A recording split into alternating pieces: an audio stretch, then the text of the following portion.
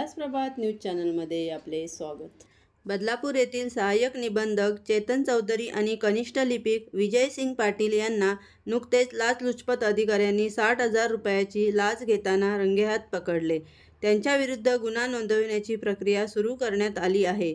मार्गदर्शक शिवराज पाटील, पोलीस अधीक्षक anti corruption परिक्षेत्र ठाणे संजय गोविलकर, सुहास शिंदे यांच्या मार्गदर्शनाखाली माधवी राजे कुंभार, पोलीस उपअधीक्षक लाचलुचपत प्रतिबंधक विभाग ठाणे यांनी धाड टाकून त्यांना अटक केली। कोणतेही शासकीय काम करून घेण्यासाठी अधिकारी किंवा कर्मचारी वर्ग आपल्याकडे पैसे मागत असतील तर आपण तात्काळ अँटी करप्शन ब्युरो ठाणे यांच्याशी संपर्क साधावा। Phone 022 25 42 79 79, mobile number 88 054 86 100। प्रतिनिधी प्रमोद हरपुडे।